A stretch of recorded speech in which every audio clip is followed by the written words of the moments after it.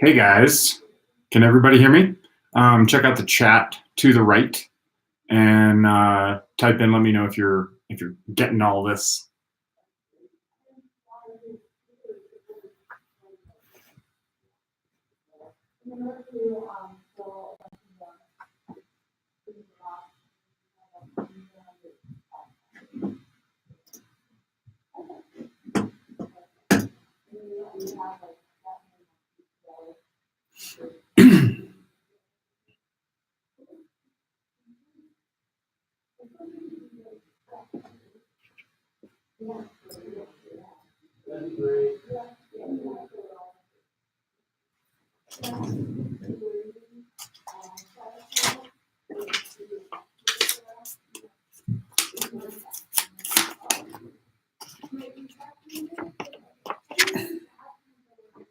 Better. Nice. Okay.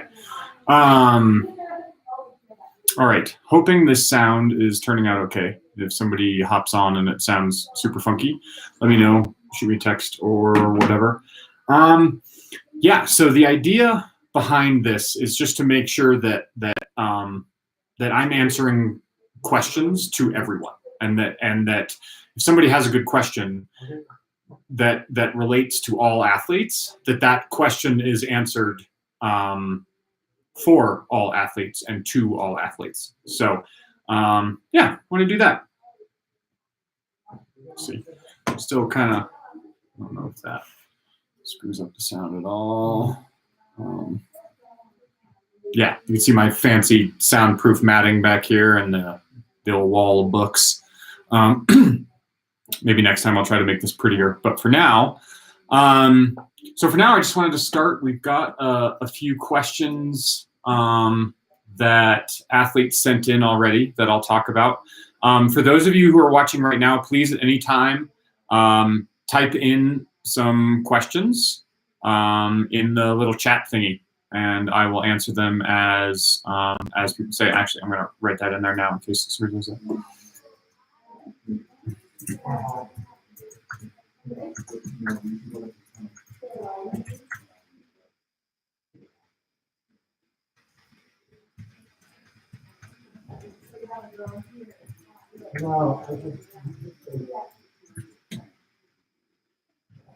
Okay, so first and foremost, let's see. Yeah. So I had a question from an athlete. I find that when I'm in a race or a hard workout and going hard, negative thoughts about my performance and abilities can creep in, especially if I think I'm doing bad, and it just compounds the problem. One of the more common thoughts I have is that everyone else is just genetically fitter than I am with a higher VO2 max, etc. Any thoughts on how to combat this? So two main things here I want to talk about. One is genetics, and maybe I'll talk about that first. And then the second is kind of the mental toughness stuff. So I like to think about genetics in two main ways. First, you have how fast. Well, first, what most people think of is as their genetic limit is like, what's their capacity? Like, you know, if you train like an Olympian for 20 years, how fast are you going to get? And all of us are different. Some of us have a really low limit, and some of us have a really high limit. The other thing to think about with genetics is the speed at which you adapt. And some athletes will be fast responders. It may take them 5 years to win an Olympic medal or something like that. You know, assuming they have a very high limit. If they're also a high responder, these are the young world-class athletes that you see. The other end of that world-class spectrum is the high limit slow responders. These are the 30-year-old world champions or 40-year-old world champions, right? So this is somebody who they have a high ultimate limit, but it's taken them 20 years to get there.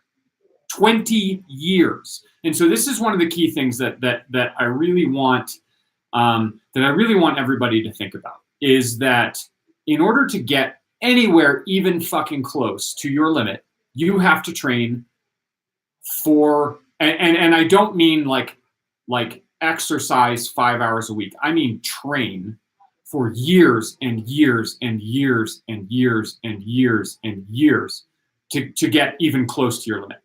So we really want to think about, and that might sound intimidating and like, oh shit, that's long. But the other way to think about it is you will see measurable gains in performance for years. You will get faster and faster and faster and faster for years. It is unlikely, if you have been training very seriously, and by that I mean 50 weeks a year with an agenda, following the training plan to 85 or 90%, unless you've been doing that for 10 or 15 years, you are leaving many minutes on the table in every race. Even as short as a 10-minute race, you're probably leaving minutes on the table. So the idea that other people are genetically better than you, unless you're at the world level, is irrelevant, because it doesn't fucking matter what your level is. You aren't there. I can almost guarantee that you aren't there. So keep training, and you'll get faster. If there's a worry about whether or not people are fitter than you on a given day, sure, they might be. They're in fact, like, it is almost a guarantee that every race that you show up in, there will be someone fitter. It is very, very rare. Even if you beat them because you have better skills or better tactics or better psychological skills, they might be fitter than you. That's going to happen. So don't worry about it. Okay. So the next part, the psychological skills here. So there's a couple things. One, this athlete was just coming out of had a rough race and was just coming out of a really tough big training block and was fatigued. So one of the first things that if I have an athlete who's normally fairly good psychologically, a fairly tough athlete, and they have a couple like, man, I just wasn't mentally tough out there today. The first thing I look at is, were you fucking tired? Because if you were, there's until you acknowledge that and start recognizing it, you really don't realize how hard it is to be really mentally tough if you are really physically torched. It's tough. It's really tough. So that's one thing. The next thing is the best way to stay mentally tough is to remember that our brain does not work in a vacuum, and we can't get rid of negative thoughts. We can't push things out and then just try to be calm. Like in the middle of a race, that's not going to fucking happen. So what we have to do, because if we try to remove thoughts from our brain, well, just guess what's going to happen? They're just going to come right back in, and you're going to push them out, and they're going to come right back in. The only way to really keep these thoughts out is to push them out with positive thoughts. So my absolute favorite ways to do this are little like 3 to 5 word mantras, where we say, like, we have positive, typically technique, like action-based thoughts. So basically, something like smile. Okay. So what I don't like is positive affirmations that have no basis in reality during a race when you suck. Like telling yourself that you're doing fucking awesome when you're having a bad day, it's a lie, and it doesn't work, right? So fuck that. Don't blow smoke up your own ass. Okay. but what we can do is we can say, smile. That's one of the absolute fucking best. There's like the physiology of smiling is pretty fucking mind blowing, actually, because what happens is, like, we smile and all of these chemicals everywhere in our body start kicking on, and we start feeling better, and it makes our head work. So one of the first things that I want to think about when I'm having a bad race is smile, or when I'm needing to be tough is smile. Next is some sort of technique cue, and that's something that I can think about constantly. So it might be for skimo, it might be like push back, glide farther. For running, it might be like chest up, eyes up, or something like that. And then it might be some kind of strategy cue. And so it might be like pace yourself, stay in control, something like that. So my 3 to 5 word mantra that typically, and I'll write this before a race, and I might like write it on my glove. Sometimes what I'll do is I'll put it on a piece of tape and wrap that tape on my suit or my arm or something like that, just where I can see it. And it might be like smile, flick, like thinking about flicking the pulse back, smile, flick, control. And that control for me just means like don't go way too fast. Be in control. Be in control of your effort. And by having these cues to focus on, then you are not focusing on the negative stuff. It doesn't have space. You don't let it in because you're focusing on this other stuff. So that is definitely when you're having a rough day, or even in preparation for having a rough day, to make sure you don't have a rough day, you just do that shit right off the bat. And you might even have different cues in different parts of the race. Like you might have a different cue for an uphill or a downhill or a flat or something like that. Okay, makes sense. And guys, as any of this stuff comes out, and you want more, like, just keep asking questions in the chat there. Let's see. So Drew asked a good question. Advice on how to come out stronger at the beginning of a race. I tend to start out slow, but eventually I get my stride and I'm good to go. I don't want to burn myself out at the start, however. Two main ways to have better starts. First, starts long before the race. Practice. Okay, so practice. If this is an issue for you, most of the time I really advocate for negative splitting your intervals. So that means starting out a little slower and then going a little harder later. If you tend to be a slower starter and you're in, like, say, mountain biking or skimo, where you kind of need to get out in front of some people so that you have a good line on the single track or the skin track or whatever, then so, like, a lot of races, it doesn't matter if you start a little slow. It's a better strategy. But for those mentioned reasons, you might want to be able to get out fast so that you're ahead of people who don't have skills or whatever that is. So in those cases, practicing going out way too fucking hard in your interval sessions can be really good.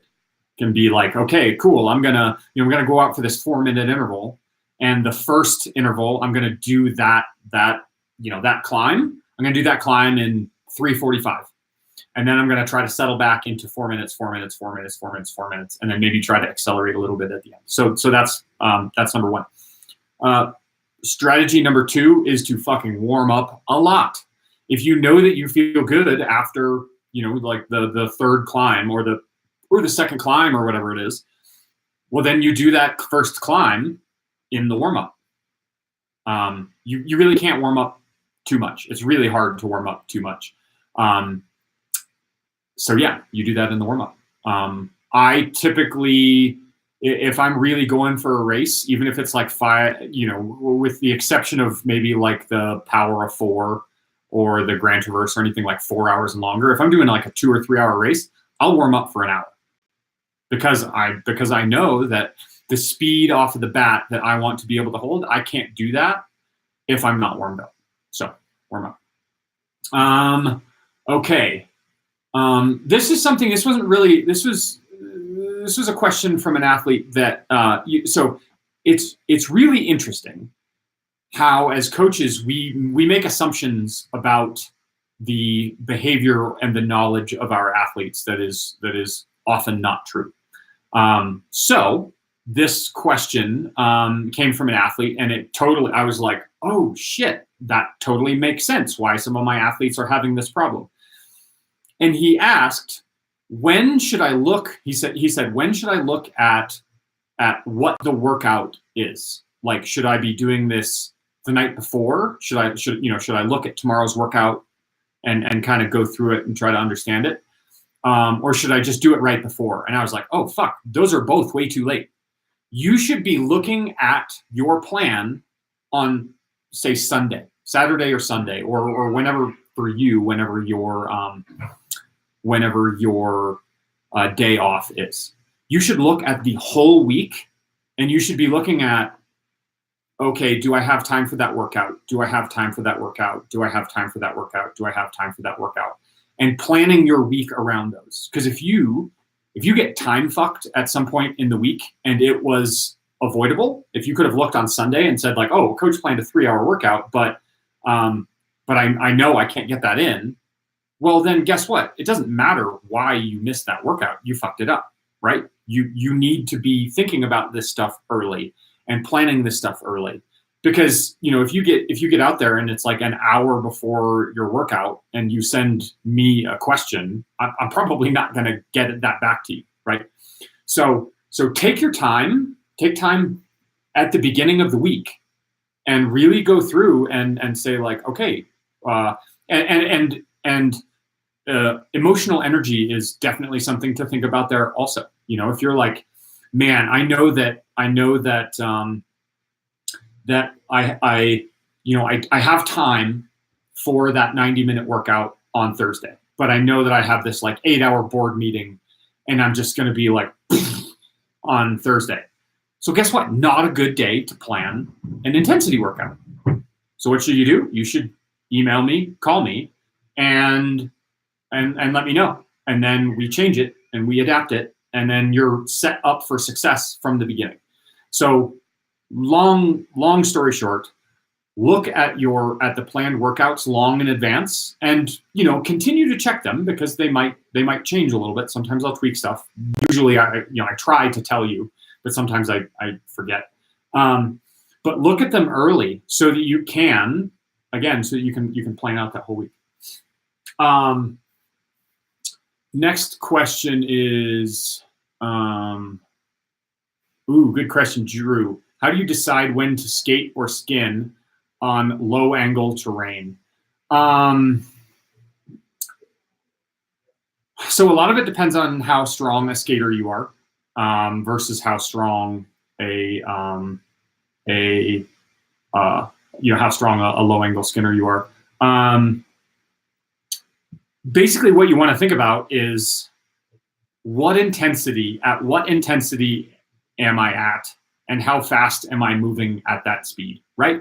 You're like, okay, well, I might be able to skate a little bit faster, but that puts me above the intensity that I need to race at.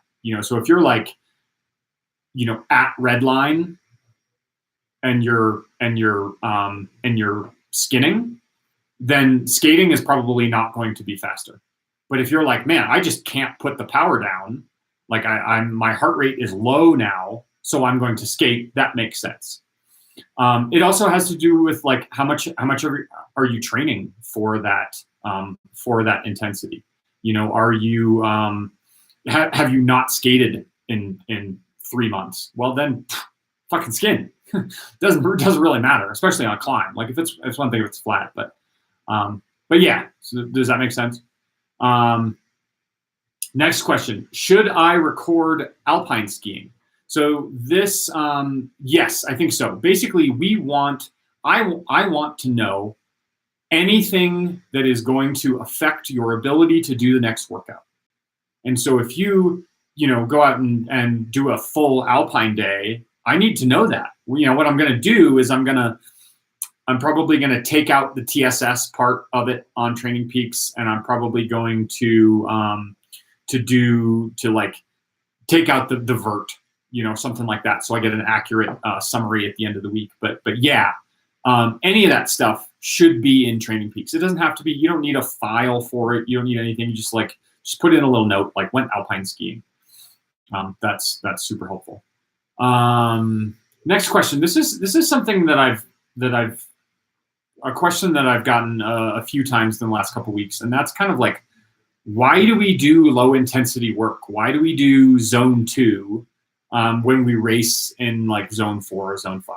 So the reason that we do low stuff. So we have 3 main energy systems that we use, and one of them we don't really use a whole lot in endurance sports, and that's our phosphagen system. That's what we use for like a 5 to 10 second all out effort. Like that's the energy system that is used entirely in like 100-meter dash.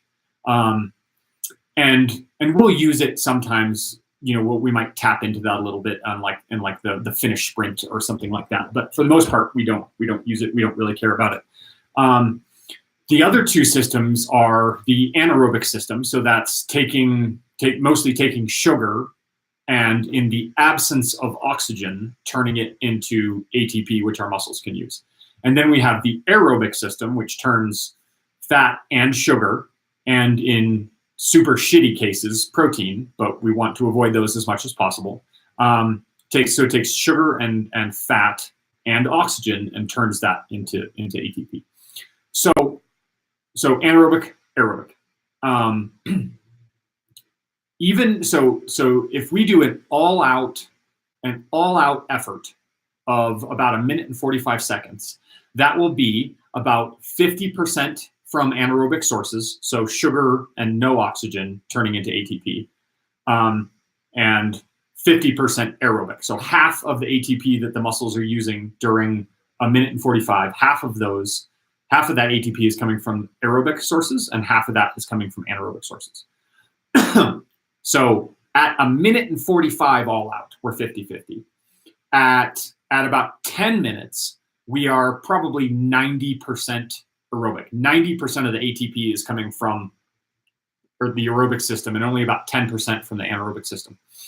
And then as we get longer and longer, so like a 1 hour all out effort is, like 99% aerobic. So the aerobic system is the most important system for us to train. Now, there are some important caveats there. Like the aerobic system isn't maximally pit unless you are fairly anaerobic. So 7-minute intervals or something like that. Like an all-out 7-minute effort turns on your aerobic system to its absolute maximum. But we know that effort, like those 4-minute efforts, yes, it turns on the system maximally. But it also takes a long time to recover from. It might be days before you're ready to go hard again. So we know that through science and testing and all this stuff, that the most effective way to make our aerobic system very, very, very, very strong is to do a lot of low intensity work. And basically, we know that in general, the reason that we use zone 2 is that we know that basically with aerobic work, the slower we go, the more signal we get for the least amount of recovery. So we get stronger with less recovery the slower we go, because we can do shitloads of it. Like you could go out and go easy for like fucking 8 hours a day. The best guys in the world are training literally 30 hours a week. It's huge. 5 or 6 hours every day, because your aerobic system can recover very, very quickly from these low efforts. But so we know that to train the aerobic system best, we want super low intensity. But we know that in order to train the muscular system best, we need to train at really high intensity, right? Because, going out and fucking jogging all day will never prepare you to run really fast. So at some point in most of our distance training, we don't want to train, like super slow. We want to have what I call like the minimum speed for good technique. And that should be in zone 2. For some of you, it might be zone 3, but it should be in zone 2. You should be able to, at the top end of zone 2, you should be able to go out there and move fairly well for a long time and then recover quickly from it. So that's the whole idea behind zone 2, is that it allows us to train more and recover faster, and thus we get more signal to improve for less recovery, resulting in faster improvements in the aerobic system, which is 95% of our endurance performance. Make sense?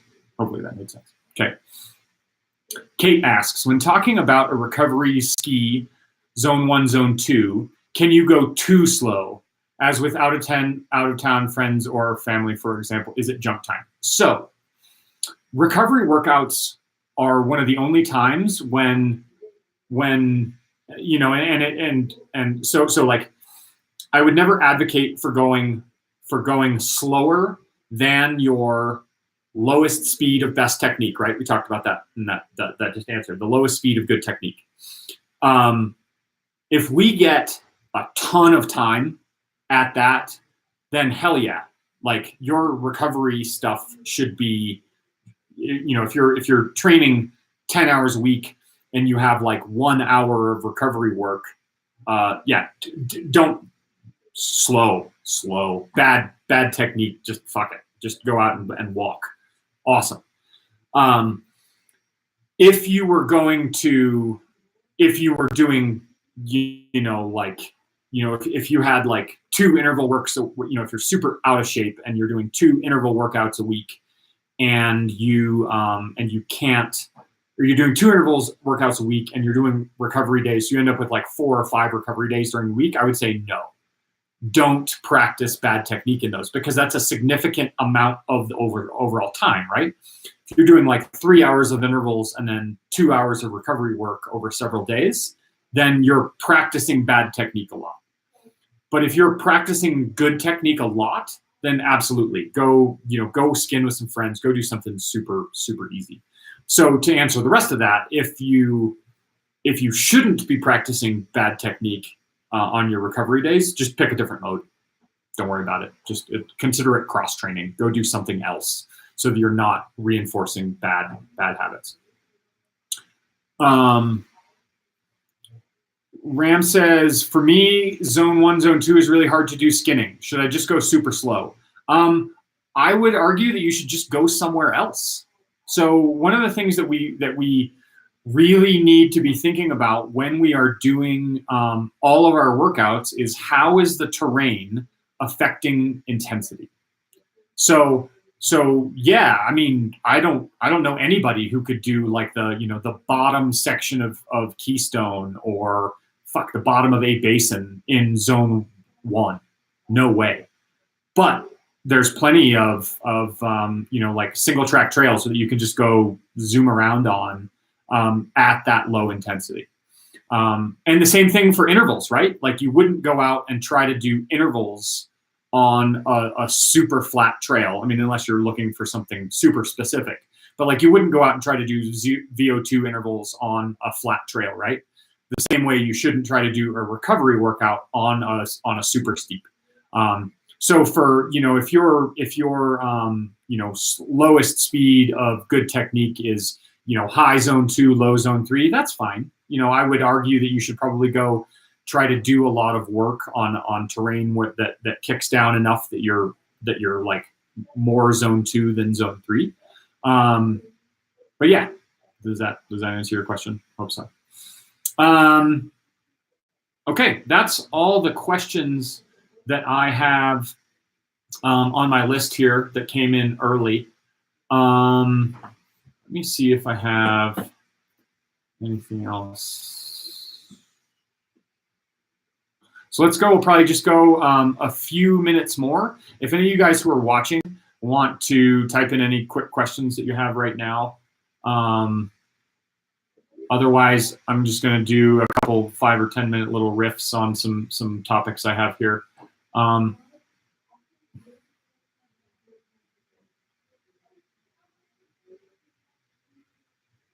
This one's kind of funny. So why waste willpower when you don't have to? This is something that like always happens. We have just spent over the holidays weeks or even like a month with just like shitty food all over the place, right? Like you go to a party and there's cookies. There's fucking cookies everywhere. So we know that willpower is a limited resource, and over the holidays it is severely tested, right? And we end up just not fucking getting the not being able to make the good choices. So we want to make sure that in our regular daily life that we're making that we make the good choices easy. So if you're somebody who has a hard time saying no to cookies, don't have them in your fucking house. It's that simple. Like, just don't have them in your house. If someone brings them over, give them away, throw them away, eat 1 or 2, get rid of the rest. So don't make it harder than it has to be to make good decisions, because it doesn't have to be that hard. Okay. Drew asked, you told me that you eat gummies when you race. What do you eat during training skis? Depends entirely on what the purpose of the workout is. If I'm going for a long, slow workout, I'll totally take a sandwich. I'll have meat and cheese and just like a regular sandwich. If it's a high intensity but short workout, you don't need food. If your workout's 90 minutes, you're doing a 90-minute interval workout, you don't need food. If it's a race simulation type day, if you're like, man, I need to get my gut ready to handle gummies in order to race for 6 or 7 hours, well, then you eat gummies during those harder efforts. So so it depends on the day, but the closer you get to a race type effort and intensity, the closer to your race food you should be eating. So if you're doing long races, you need to practice some days where you're going long and hard and practicing the eating. Make sense? Cool.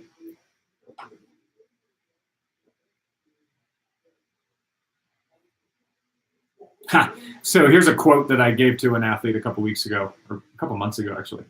There is very little correlation, and this comes back to kind of our genetics talk at the beginning. There's very little correlation between how fast you are right now and how fast you could be. Very little correlation. There is zero correlation between how fast you are right now and your worth as a human being. So we tend to, as athletes, get really wrapped up in, I'm slow right now, so I'm a piece of shit, or I'm fast right now, so I'm awesome. Guess what? That's not fucking real. It's easy for us to acknowledge that intellectually, right now, but make sure you remember that.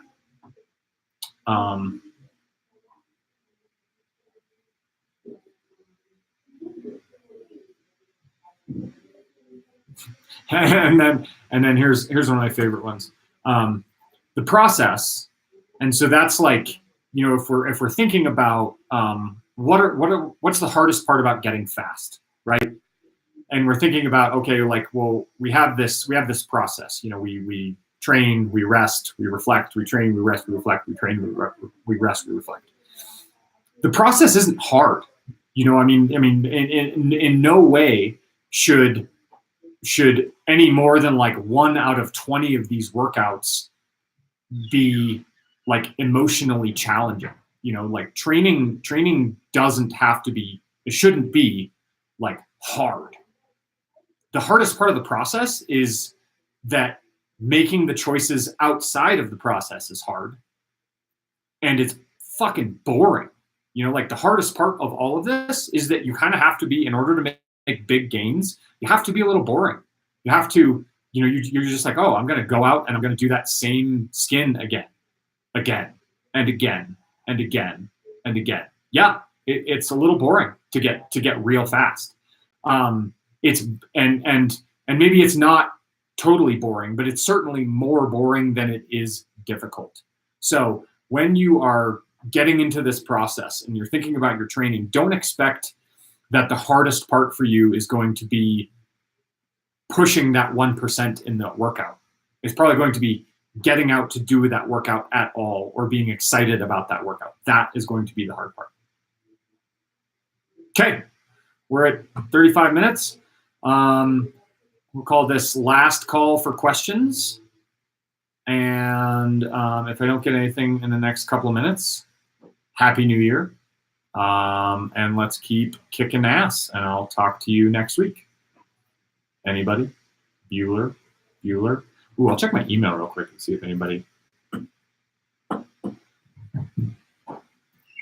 if we got any new questions.